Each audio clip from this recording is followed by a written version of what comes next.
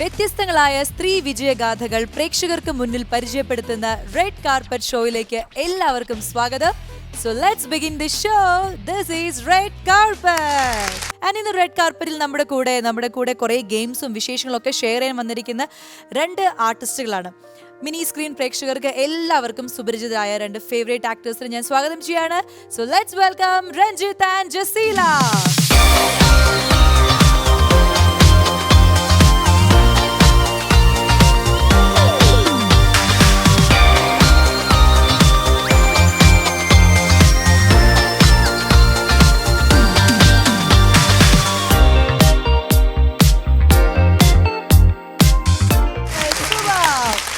അപ്പോൾ രഞ്ജിത്ത് റെഡ് കാർപ്പറ്റിലേക്ക് സ്വാഗതം. ആൻഡ് ജസീല സ്വാഗതം. ഞാൻ ഒരുപാട് നാളിന് ശേഷം ജസീലെ കാണുമ്പോൾ ഞാൻ കണ്ട ജസീല ഇങ്ങനെയല്ല, ഇത് വേറെ ഏതോ ജസീല. അല്ല, അന്ന് എങ്ങനെയായിരുന്നു? അന്ന് അതായത് കുറച്ചുകൂടി നമുക്കൊരു മലയാളിത്തം തോന്നുമായിരുന്നു. മലയാളി അല്ലെങ്കിൽ പോലും ഒരു മലയാളിത്തം തോന്നുമായിരുന്നു. ഇതിപ്പോ ജസീല ഫ്രം സാൻ ഫ്രാൻസിസ്കോ എന്ന് പറയുന്നത് ഭയങ്കര മലയാളിയായിട്ട്, എന്താ പറയാ, മലയാളികളുടെ ഒരു തനി മലയാളി കുട്ടിയായിട്ട് ശ്വാസം നിൽക്കുമ്പോഴേക്കും ഞാൻ ഒരു ഫോറിനർ ആയിട്ട് വന്നതാണ്. അതാണ് സാൻ ഫ്രാൻസിസ്കോ എന്ന് വന്നതല്ലേ. ആൻഡ് രഞ്ജിത്ത് അന്നും എന്നും നമ്മുടെ മലയാളികളുടെ തനി നാടൻ എന്താ മലയാളി പുരുഷ സൗന്ദര്യത്തിന്റെ പ്രതീകമായി ഇങ്ങനെ നിൽക്കുകയാണല്ലേ. എങ്ങനെയുണ്ട്? നന്നായിട്ടുണ്ട്.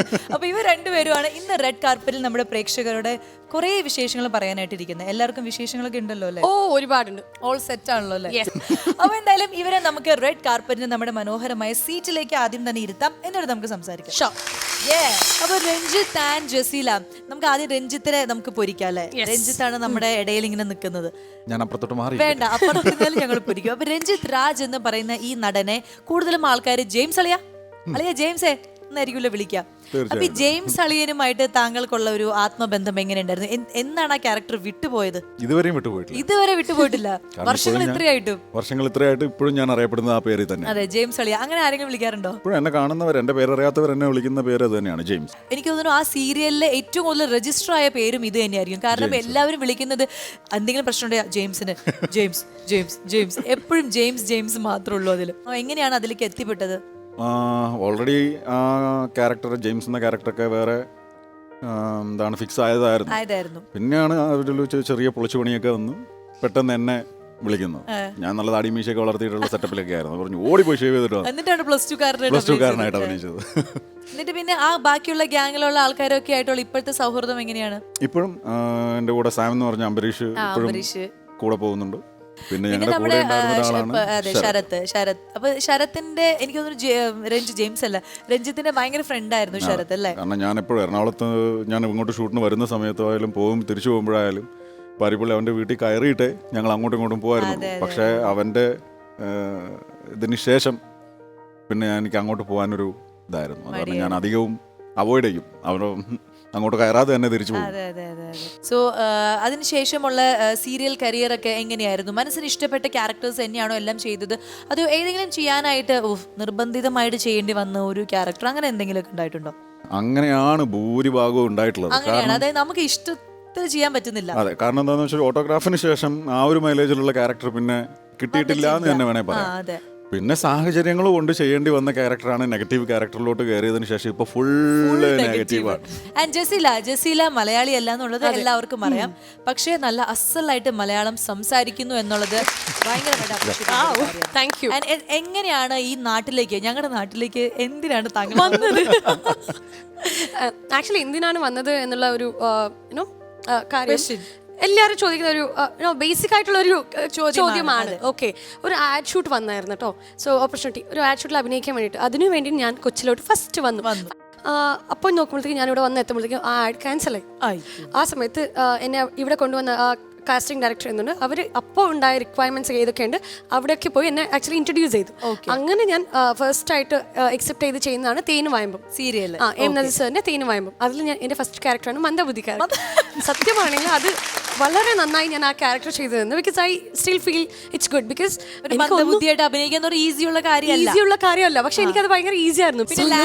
ലാംഗ്വേജ് അതാണ് ഞാൻ പറഞ്ഞു വന്നത്. സോ ലാംഗ്വേജ് അറിയാത്തത് കൊണ്ട് ഡയലോഗ്സ് ഒന്നും ഇങ്ങനെ പറയേണ്ട ആവശ്യമില്ല.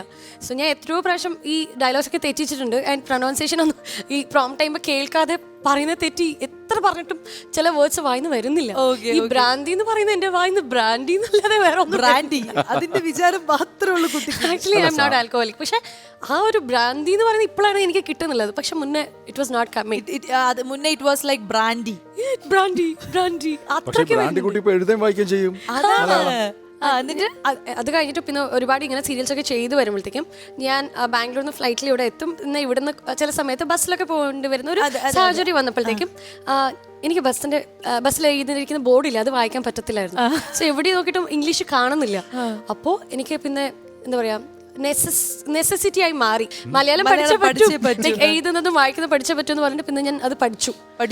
ഇപ്പൊ എനിക്ക് പഠിച്ചു. അതേ ഒരു ട്യൂഷനൊന്നും പോയില്ല. എന്റെ ഒരു വെരി നിയർ ബൈ എന്റെ ഫാമിലി ഫ്രണ്ട് അവരെനിക്ക് ഭയങ്കരമായിട്ട് സഹായിച്ചു. സോ ഞാൻ ഒറ്റ ദിവസം കൊണ്ടാണ് പഠിച്ചത്. ഒറ്റ ദിവസം കൊണ്ട് ഞാൻ പഠിച്ചു. കള്ളത്തരം ഇല്ല ഒരിക്കലും ഞാൻ കള്ളത്തരം പറയില്ല. ഞാൻ എത്ര പ്രാവശ്യം എഴുതിയിട്ടുണ്ടോ. അല്ല ജെയിംസ് അല്ല, നമ്മൾ ഇത്ര നാളും എഴുതി പഠിച്ച് നമ്മൾ ഇത്രയും പഠിച്ചത് വെറുതെ ആയോ? ഞാനൊക്കെ മലയാളം പഠിക്കാൻ എത്ര വർഷം എടുത്തു ഞങ്ങള്. ഇല്ല ഞാൻ മലയാളം ജസ്റ്റ് വായിക്കാനല്ലേ. ആക്ച്വലി നിങ്ങൾ പറയുന്നവര് അങ്ങനെ എനിക്ക് പറയാൻ അറിഞ്ഞൂടാ. പിന്നെ ഞങ്ങളുടെ ഇവിടെ പറയുന്ന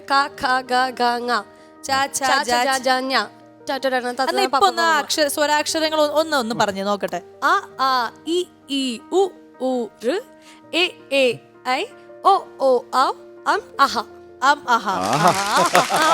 അത് കഴിഞ്ഞിട്ട് ക ഖ ഗ ഘ ങ ച ഛ ജ ജ ഞ ട ട ദ ദ ന ത ത ദ ദ ന പ പ ബ ബ മ യ റ ല വ ഷ ഷ സ ഹ ല.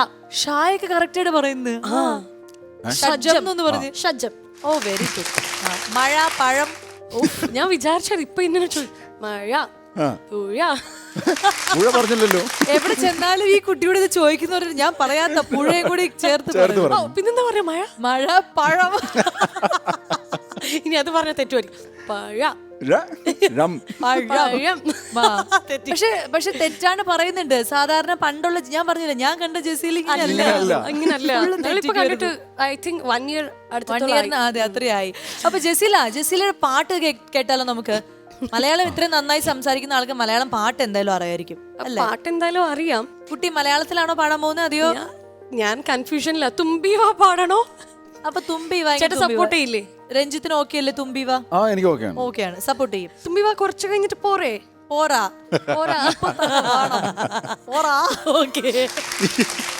തുമ്പിവാ തുമ്പക്കുടത്തിൻ തുഞ്ചത്താ ഊഞ്ഞാലിടാം. തുമ്പിവാ തുമ്പക്കുടത്തിൻ തുഞ്ചത്താൽ ഊഞ്ഞാലിടാം. ആകാശം പൊന്നാളിലിളകളിലായത്തിൽ തൊട്ടേ വരാം. ആകാശം ആയത്തിൽ തൊട്ടേ വരാം. വിവാ തുമ്പക്കുടത്തിൻ തുഞ്ചത്താൽ ഊഞ്ഞാലിടാം. തുമ്പിവാ തുമ്പക്കുടത്തിൻ തുഞ്ചത്താൽ ഊഞ്ഞാലിടാം. പിന്നെന്താ സ്റ്റാർട്ടിംഗ് ട്രബിൾ. മന്ത്രത്താൽ പായുന്ന കുതിരയെ മാണിക്യം കയ്യാൽ തൊടാം. മന്ത്രത്താൽ പായുന്ന കുതിരയെ മാണിക്യം കയ്യാൽ തൊടാം.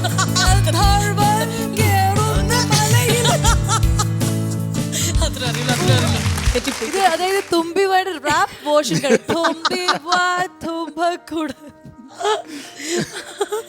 പക്ഷെ രസം ഉണ്ടായിരുന്നു അല്ലേ? നല്ല രസം ഉണ്ടായിരുന്നു കേൾക്കാൻ. ആ ഊഞ്ഞാളിടാന്നൊക്കെ പറഞ്ഞ് നല്ല ഭംഗിയായിട്ടുണ്ടായിരുന്നു. ആർക്കായാലും ഒന്ന് ഊഞ്ഞാൽ വരാൻ തോന്നുന്നു. അപ്പൊ ഇനി നമുക്ക് ജെസിയിലേക്ക് ഏറ്റവും ഇഷ്ടപ്പെട്ട ഒരു കാര്യത്തിലേക്കാണ് ഞാൻ ജെസിയിലെയും കൊണ്ടുപോകുന്നത്. കൂടെ രഞ്ജിത്തും ഗെയിംസ് ആയിരിക്കും. ഗെയിംസ്. വളരെ എനർജറ്റിക് ആയിട്ടുള്ള ഒരു പേഴ്സൺ ആണ് ജെസീല. അപ്പൊ ജെസിയിലേക്ക് നമ്മൾ ഗെയിംസ് കൊടുക്കുക എന്നുള്ളത് നമ്മുടെ ഒരു ഉത്തരവാദിത്വം കൂടിയാണ്.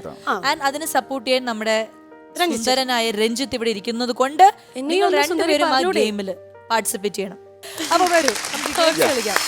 അപ്പൊ നമ്മുടെ റെഡ് കാർപ്പറ്റില് ഇതുവരെ ആരും ഒരു ഗസ്റ്റിന് ഞാൻ ഈ ഗെയിം കൊടുത്തിട്ടില്ല. അത്ര മനോഹരമായിട്ടുള്ള ഗെയിമാണ് ഞാൻ നിങ്ങൾക്ക് തരാൻ പോകുന്നത്. നല്ല ചൂട് പപ്സ്.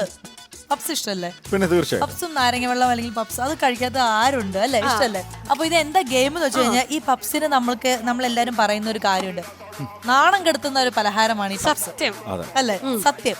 നമ്മുടെ ഡ്രസ്സിലും മുടിയിലും എല്ലായിടത്തും കഴിച്ചു കഴിഞ്ഞാൽ അങ്ങ് ആവും.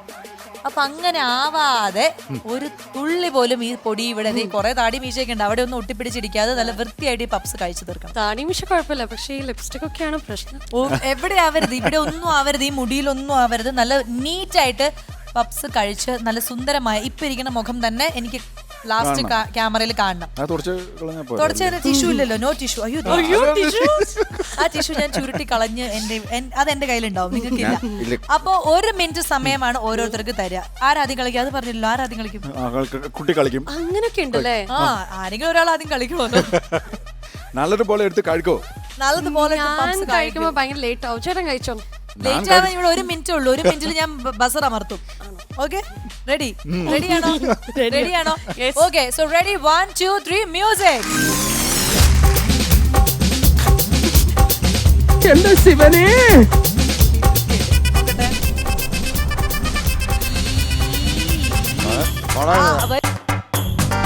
ഓ വൗ, ഇതൊക്കെ എന്ത്?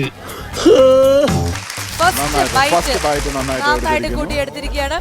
അതിന്റെ മുട്ട നമുക്കിപ്പോ കാണാം. ഇനി ആ മുട്ടയിലേക്കാണ് കുട്ടിയുടെ ഫോക്കസ്. ഒരു മുളകുണ്ട്, മുളകുണ്ട്, മുളക് വേണമെങ്കിൽ മാറ്റാം.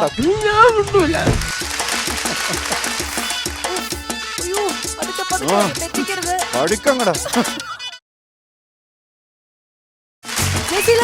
മുളകോട് കൂടി ആ പപ്സ് അകത്താക്കിയിരിക്കുകയാണ്. എരിവുണ്ടോ? വെള്ളം ഇവിടെ വെള്ളമില്ല കേട്ടോ, നോ വാട്ടർ ഹിയർ.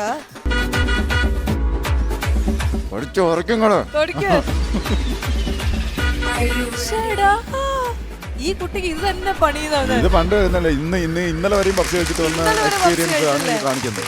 എന്റെ പെരുമാറ്റത്തില് എന്തെങ്കിലും പന്തികളുണ്ടോന്ന് ഒന്നും നോക്കിക്കേ. 5 പപ്സ് ഇങ്ങനെ കഴിച്ചു തീർക്കും തോന്നുന്നുണ്ട്. ഈ സൈഡ് കഴിക്കും, ഈ സൈഡ് ചിലപ്പോ എന്തായാലും ആവും.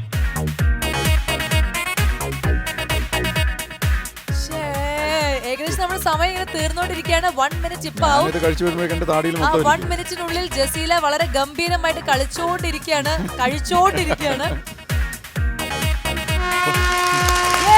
1 മിനിറ്റ് നമ്മളിവിടെ സമയം തീർന്നിരിക്കുകയാണ്. ജസീലയുടെ ഇവിടെ വെച്ചോളൂ. അയ്യോ, നോക്കട്ടെ, ഇനി മോൻ കാണിച്ചേ. ഇല്ല, അവിടെ ഇല്ല മുഖം. ഈ കുട്ടിയുടെ മുഖം വന്നതിനേക്കാളും സൗന്ദര്യം കൂടിയിട്ടുണ്ട് ഇപ്പൊ പപ്സ് കഴിച്ചതിന്റെ കാണുന്നുണ്ട്. ഒരു തരി പോലും പപ്സിന്റെ പൊടികൾ എവിടെയും ആക്കാതെ വളരെ നീറ്റായിട്ട് കഴിച്ചിരിക്കുകയാണ്. നല്ലൊരു കൈയടി. പപ്സിന്റെ പേര് ജസീലയായിരിക്കും പപ്സിന്റെ പേര് രക്ഷിക്കാൻ പോകുന്നത്. നോക്കാം രഞ്ജിത്ത് എങ്ങനെ കഴിക്കും നോക്കാം. അപ്പൊ ഇനി രഞ്ജിത്തിനുള്ള സമയം ഞാൻ എടുത്തു കൊടുക്കട്ടെ.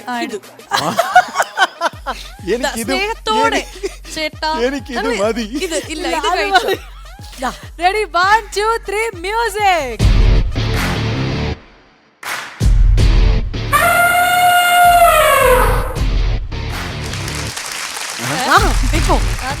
അതന്നെ, അങ്ങനെ തന്നെ. നീ ഇവിടെ നിന്ന് നാക്കെ വെള്ളം ഉരിച്ച് കൊതി പിടിപ്പിച്ച് എന്നെ വയറ് ചീത്തയാക്കേ പോകണോ? ഇല്ല, അങ്ങനെ അതന്നെ. എന്റെ പൊന്നോ, കഴിച്ചോ. ഇവിടെയായി താടിയിലായി, വീണ്ടും താടിയിലായിരിക്കാണ്. എന്തിന്റെ കുഞ്ഞാണോ ഇത്? താടിയിലായി. ഈ സൈഡ് കഴിക്കൂ, ഈ സൈഡ്. അത് തന്നെ കഴിക്കണം.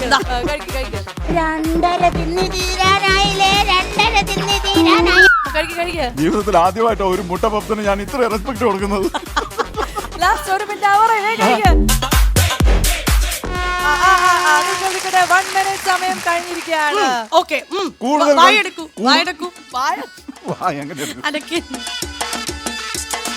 നോക്കൂ, കൂടുതൽ കഴിച്ച ഞാൻ ജയിച്ചു. ഇനി നേരെ നോക്കൂ. ഈ ഊഷാൻ താടിയിൽ ഒരു പപ്സിന്റെ പൊടിയുണ്ട്. കണ്ടോ? അതായത് നമ്മുടെ രഞ്ജിത്ത് പപ്സ് കഴിച്ചപ്പോ ആദ്യം ഒരു പീസ് കഴിച്ചപ്പോ വൃത്തിയായിട്ട് കഴിച്ചു, ഒന്നുപോലും താഴെ വീണില്ല. രണ്ടാമത്തെയോ മൂന്നാമത്തെയോ ഒരു ബൈറ്റ് എടുത്തപ്പോ ഒരു വലിയൊരു സാധനം ഇവിടെ താടിയിൽ ഇങ്ങനെ തൊട്ടിട്ട് താഴെ. പോയല്ലോ. പക്ഷെ തൊടാൻ പാടില്ല. പിന്നെ മൂന്നാമത് കഴിച്ചപ്പോഴും ഈ താടിയിലായി. ആയി. എല്ലാം ഇപ്പൊ താടി തട്ടി താഴെ ഇപ്പൊ നാലാമത് കഴിച്ചപ്പോ ഇവിടെ തങ്ങി നിന്നു അവൻ.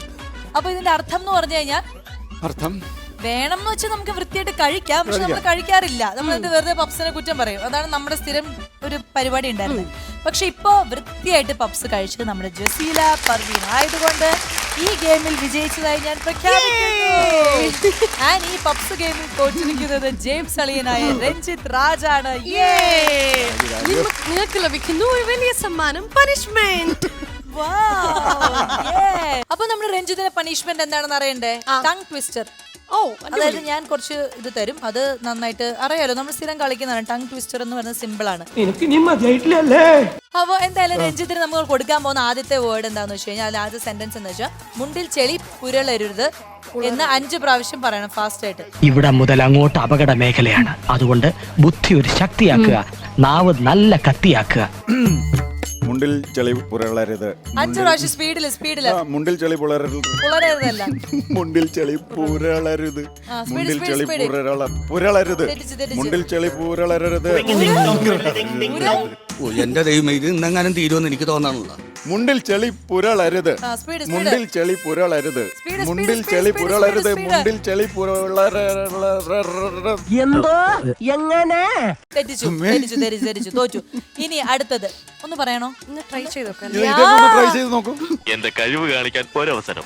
എന്റെ പുറകിലിരുന്ന് പറയാണ് ഒന്ന് ട്രൈ ചെയ്തോട്ടെ എന്ന്. താങ്ക് യു മുത്തേ, താങ്ക് യു. പറ, അങ്ങോട്ട് നോക്കി പറ. മുണ്ടിൽ ചളി പുരളരുത്. പുരളരുത്. മുണ്ടിൽ ചളി പുരളരുത്. മുണ്ടിൽ ചളി പുരളരുത്. മുണ്ടിൽ ചളി പുരളരുത്. മുണ്ടിൽ ചളി പുരളരുത്. രഞ്ജിതരൊക്കെ നന്നായിട്ട് പറഞ്ഞു. ഉണ്ണി ഇത്ര നന്നായിട്ട് പാടുന്ന അറിഞ്ഞില്ല. ആരും പറഞ്ഞില്ല. അടുത്തത് ഇനിയുണ്ടോ? നെട്ടൂരാനാണോടാ കളി. നെട്ടൂരാനോടാണോടാ നിന്റെ കളി. നെട്ടൂരാനോടാണോടാ നിന്റെ കളി. നിനക്ക് പറ്റൂലേ, കളഞ്ഞിട്ട് പോടേ. നെട്ടൂരാനോടാണോടാ നിന്റെ കളി. നെട്ടൂരാനാരോടാടാ നിന്റെ കളി. എന്തിന്റെ കുഞ്ഞാണോ ഇത്? സാറ്റർഡേ നാനാണ് കർണാടകയാണ് ഇങ്ങോട്ട് വന്നത്. എനിക്ക് മലയാളത്തില് ഒന്നും അറിയില്ല. ഇല്ല. പക്ഷെ നെട്ടൂരാനോടാണോടാ നിന്റെ കളി. നെട്ടൂരാനാണോടാ നിന്റെ കളി. നെട്ടൂരാനോടാണോടാ നിന്റെ കളി. നെട്ടൂരാനോടാടോടോടോ നിന്റെ കളി. എനിക്ക് വരുന്നില്ല അത്. ഉരുള ഉരുട്ടി വിഴുങ്ങണ പോലെ ഇതെന്താ വിചാരം? ഇതൊക്കെ ഒരു കലയാണ് ചേട്ടാ, കല. നെട്ടൂരാനോടാ. ഞാൻ പറയട്ടെ. നീ പറ. ഇതെല്ലാം നിന്നെ കൊണ്ട് പറയിപ്പിക്കാൻ വേണ്ടി ഞാൻ ചെയ്യുന്നതാണിത്. എനിക്ക് അറിഞ്ഞൂടോ, പക്ഷെ നെറ്റൂറനോടാണോടാ നിന്റെ കളി. നെറ്റൂറനോടാണോടാ നിന്റെ കളി. നെറ്റൂറനാടാണോടാ നിന്റെ കളി. നെറ്റൂറനോടാണോടാ നിന്റെ കളി. നെറ്റൂറനോടാണോടാ നിന്റെ കളി. നെറ്റൂറനോടാണോടാ നിന്റെ കളി. നെറ്റൂറനോടാണോടാ നിന്റെ കളി. നെറ്റൂരനോടാണ്. പക്ഷെ ഇവിടെ തെളിയിച്ചിരിക്കാതെ രഞ്ജിത്തിന്റെ കാര്യം എത്രയോ മുകളിലാണ് ജസീലയുടെ മലയാള പ്രാവീണ്യം. ജസീല പ്രവീൺ എന്ന് പറയുന്ന പോലെ ജസീലയുടെ പ്രാവീണ്യവും അതുപോലെ തന്നെ മുന്നോട്ട്. Thank you. താങ്കൾക്ക് ഒരെണ്ണം കൂടി ഉണ്ട്. ദൈവമേ, രാമമൂർത്തിയുടെ മൂത്ത മകൻ കൃഷ്ണമൂർത്തി. ഞാൻ അവിടെ അങ്ങനെ പോയിരിക്കട്ടെ, കൊച്ചുപോഴെ പറയും. രാമമൂർത്തിയുടെ മൂത്ത മകൻ കൃഷ്ണമൂർത്തി. രാമമൂർത്തിയുടെ മൂത്ത മകൻ കൃഷ്ണമൂർത്തി അല്ല മൂർത്തി. രാമമൂർത്തി അല്ല രാമമൂർത്തിയുടെ മൂത്ത മകൻ കൃഷ്ണമൂർത്തി. രാമമൂർത്തിയുടെ മൂത്ത മകൻ കൃഷ്ണമൂർത്തി.